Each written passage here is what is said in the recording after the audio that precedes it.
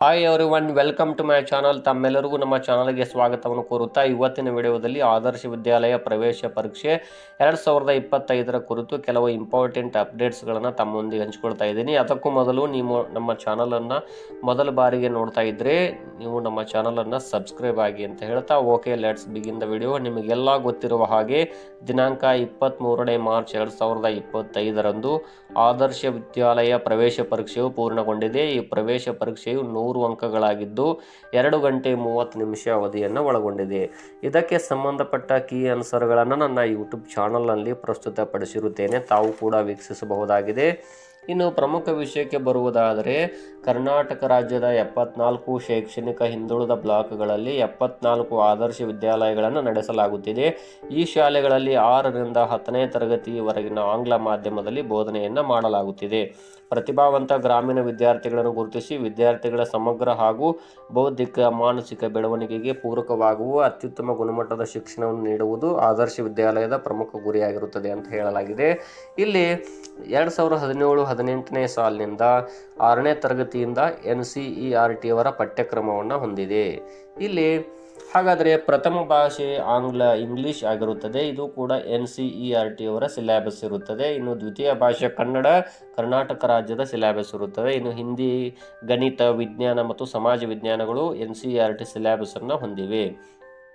ಇನ್ನು ಪ್ರಮುಖ ವಿಷಯ ಇನ್ನೊಂದು ಏನಂದರೆ, ಅರ್ಜಿಗಳು ಎಷ್ಟು ಸಲ್ಲಿಕೆಯಾಗಿವೆ, ಎಷ್ಟು ಜನ ಪರೀಕ್ಷೆಗೆ ಕುಳಿತಿದ್ದಾರೆ ಅಂತ ನೋಡೋದಾದರೆ, ಇಡೀ ರಾಜ್ಯದಲ್ಲಿ 68,672 ವಿದ್ಯಾರ್ಥಿಗಳು ಅರ್ಜಿ ಸಲ್ಲಿಸಿದ್ರು.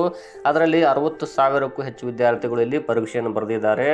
ಆದರೆ ಈ ಆಯ್ಕೆಯು ಆದರ್ಶ ವಿದ್ಯಾಲಯದ ಬ್ಲಾಕ್ಗಳಲ್ಲಿ ವಾಸಿಸುವ ಮತ್ತು ಅಧ್ಯಯನ ಮಾಡುವ ಅಭ್ಯರ್ಥಿಗಳಿಗೆ ಮಾತ್ರ ಅನ್ವಯವಾಗುತ್ತದೆ. ಅಂದರೆ ಈ ವಿದ್ಯಾರ್ಥಿ ಯಾವ ಶಾಲೆಯಲ್ಲಿ ಕಲಿಯುತ್ತಿದ್ದಾನೋ ಅದೇ ತಾಲೂಕಿಗೆ ಸಂಬಂಧಪಟ್ಟ ವಿದ್ಯಾರ್ಥಿಗಳನ್ನು ಮಾತ್ರ ಆಯ್ಕೆ ಮಾಡಲಾಗುತ್ತೆ. ಬೇರೆ ತಾಲೂಕಿನ ವಿದ್ಯಾರ್ಥಿಗಳನ್ನು ಇಲ್ಲಿ ಆಯ್ಕೆ ಮಾಡುವುದಿಲ್ಲ. ಹಾಗಾಗಿ ಇನ್ನೊಂದು ಪ್ರಮುಖ ಅಂಶ, 5ನೇ ತರಗತಿ ಓದುತ್ತಿರುವ ಮತ್ತು 2024-25ನೇ ಸಾಲಿನಲ್ಲಿ ಉತ್ತೀರ್ಣರಾಗಿರುವ ಅಥವಾ ಉತ್ತೀರ್ಣರಾಗುವ ಅಭ್ಯರ್ಥಿಗಳು ಮಾತ್ರ ಅರ್ಹತೆಯನ್ನು ಪಡೆಯುತ್ತಾರೆ, ಎಲಿಜಿಬಿಲಿಟಿಯನ್ನು ಪಡೆಯುತ್ತಾರೆ. ಬೇರೆ ತಾಲೂಕಿನ ವಿದ್ಯಾರ್ಥಿಗಳಿಗೆ ಈ ಪ್ರವೇಶವು ಅನ್ವಯಿಸುವುದಿಲ್ಲ. ಮತ್ತು ಕರ್ನಾಟಕ ರಾಜ್ಯಕ್ಕೆ ಸೇರಿದ ಅಭ್ಯರ್ಥಿಯು ಯಾವುದಾದ್ರೂ ಒಂದು ಶಾಲೆಗೆ ಮಾತ್ರ ಆಯ್ಕೆಗೆ ಅವಕಾಶವನ್ನು ಮಾಡಿಕೊಳ್ಳಲು ಇದೆ ಅವಕಾಶ ಇಲ್ಲಿ. ಹಾಗಾದರೆ ಇಲ್ಲಿ ಮೀಸಲಾತಿ ಅಥವಾ ಲಭ್ಯವಿರುವ ಸೀಟುಗಳನ್ನು ನೋಡ್ತಾ ಹೋದರೆ ಇಲ್ಲಿ 80 ಸೀಟುಗಳು ಪ್ರತಿ ಶಾಲೆಗೆ. ಹಾಗಾದರೆ ಅಲ್ಲಿರುವಂಥ ಮೀಸಲಾತಿ ನೋಡ್ತಾ ಹೋದಾಗ ಪರಿಶಿಷ್ಟ ಜಾತಿ 12, ಪರಿಶಿಷ್ಟ ಪಂಗಡ 6 ಮತ್ತು OBC 12, ಸಾಮಾನ್ಯ ವರ್ಗ 40, ಉಳಿದ ಸೀಟುಗಳು ಅಂಗವಿಕಲಾಗಿರ್ಬೋದು ಅಥವಾ ವಿಶೇಷ ಚೇತನರು ಮತ್ತು ಯೋಜನಾ ನಿರಾಶ್ರಿತರು ಹೀಗೆ ಇಲ್ಲಿ ನೀಡಲಾಗುತ್ತೆ. ಅದರೊಂದಿಗೆ ಇಲ್ಲಿ ಪುರುಷರು 40, ಮಹಿಳೆಯರು 40 ಈ ರೀತಿಯಾಗಿ ವಿಂಗಡಣೆಯನ್ನು ಮಾಡಲಾಗುತ್ತೆ. ಇನ್ನು ಅರ್ಜಿಗಳ ಬಗ್ಗೆ ಹೇಳೋದಾಯಿತು. ಇನ್ನು ನೆಕ್ಸ್ಟು ಹಾಗಾದರೆ ಕೆಲವೊಂದು ಪ್ರಮುಖ ಅಂಶಗಳನ್ನು ಇಲ್ಲಿ ಎಕ್ಸಾಮನ್ನು ಬರೆದಂಥ ವಿದ್ಯಾರ್ಥಿಗಳು ಕೆಲವೊಂದಿಷ್ಟು ಪ್ರಮುಖ ಅಂಶನ ತಿಳ್ಕೊಳ್ಬೇಕು. ಅದರೊಂದಿಗೆ ರಿಸಲ್ಟ್ ಯಾವಾಗ ಬಿಡುಗಡೆ ಆಗುತ್ತೆ ಅನ್ನೋದನ್ನು ಕೂಡ ಇಲ್ಲಿ ಸರ್ಕಾರ ತಿಳಿಸಿದೆ. ಇನ್ನು ಈ ಆದರ್ಶ ವಿದ್ಯಾಲಯದ ಪ್ರವೇಶ ಪರೀಕ್ಷೆ ರಿಸಲ್ಟ್ ಏಪ್ರಿಲ್ 5, 2025ರಂದು ಪ್ರಕಟವಾಗುತ್ತದೆ ಅಂತ ಸರ್ಕಾರವೇ ಘೋಷಣೆ ಮಾಡಿರುತ್ತದೆ. ಅದರೊಂದಿಗೆ ಪರೀಕ್ಷೆ ಬರೆದು ಉತ್ತೀರ್ಣರಾಗುವಂತಹ ಅಭ್ಯರ್ಥಿಗಳು ಕೆಲವೊಂದು ಅಂಶಗಳನ್ನು ಇಲ್ಲಿ ನೆನಪಿನ ಇಟ್ಕೊಳ್ಬೇಕಾಗುತ್ತೆ. ಮೊದಲನೇದಾಗಿ, ಮೀಸಲಾತಿ ಅಡಿ ಅರ್ಜಿ ಸಲ್ಲಿಸಿರುವವರು ಕಡ್ಡಾಯವಾಗಿ ದಾಖಲೆಗಳನ್ನು ದಾಖಲಾತಿ ಸಮಯದಲ್ಲಿ ಒದಗಿಸಬೇಕಾಗುತ್ತದೆ. ಎರಡನೇದಾಗಿ, ವಿಶೇಷ ಅಗತ್ಯವಿರುವ ಮಗುವಿಗೆ ಸಕ್ಷಮ ಪ್ರಾಧಿಕಾರದಿಂದ ನೀಡಲಾದ ಪ್ರಮಾಣ ಪತ್ರವನ್ನು ಅವರು ಒದಗಿಸಬೇಕಾಗುತ್ತದೆ. ಮೂರನೇದಾಗಿ, ಜಾತಿ ಆದಾಯ ಪ್ರಮಾಣ ಪತ್ರ. ಇದು ಎಲ್ಲರೂ ಕೂಡ ಎಲ್ಲ ಕಾಸ್ಟ್ ವಿದ್ಯಾರ್ಥಿಗಳು ಕೂಡ ಇದನ್ನು ಸಲ್ಲಿಸಬೇಕಾಗುತ್ತದೆ. ಜಾತಿ ಆದಾಯ ಪ್ರಮಾಣ ಪತ್ರ, ಅದರೊಂದಿಗೆ ಸ್ಟಡಿ ಸರ್ಟಿಫಿಕೇಟ್, ಅಧ್ಯಯನ ಪ್ರಮಾಣ ಪತ್ರ. ವಿದ್ಯಾರ್ಥಿ 5ನೇ ತರಗತಿಯಲ್ಲಿ ಎಲ್ಲಿ ಕಲಿತಿದ್ದಾರೋ ಆ ಶಾಲೆಯ ಸ್ಟಡಿ ಸರ್ಟಿಫಿಕೇಟನ್ನು ಇಲ್ಲಿ ನೀಡಬೇಕಾಗುತ್ತದೆ.